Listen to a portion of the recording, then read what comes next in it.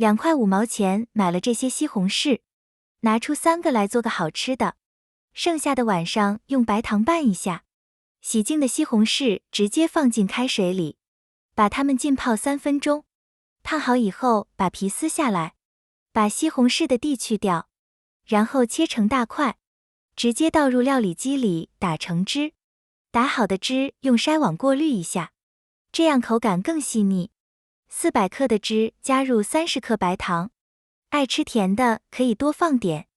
4克酵母粉，再分次加入400克低筋面粉，边加边搅拌。没有低筋面粉的话，可以用普通面粉代替，搅拌到没有干面粉，这种粘稠度就可以。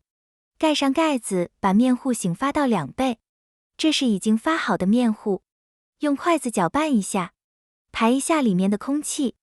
准备几个小碗，里面均匀的刷一层油，先加入1大勺面糊，撒点蔓越莓干，继续加面糊，加到8分满就可以。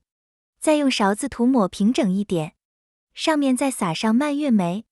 做好以后直接摆进锅里，先不要开火，2次醒发15分钟。2次醒发好以后，开大火蒸25分钟。时间到了以后焖5分钟再开盖，好香啊！出锅以后用手轻轻地掰一下，好看又好吃的西红柿发糕，特别的蓬松暄软，按着很有弹性，掰开就能闻到浓浓的西红柿香味，吃起来口感特别细腻，而且不发黏，酸酸甜甜的，特别开胃。夏天多吃一些西红柿，还有防暑的作用。喜欢的朋友可以先收藏起来。谢谢大家。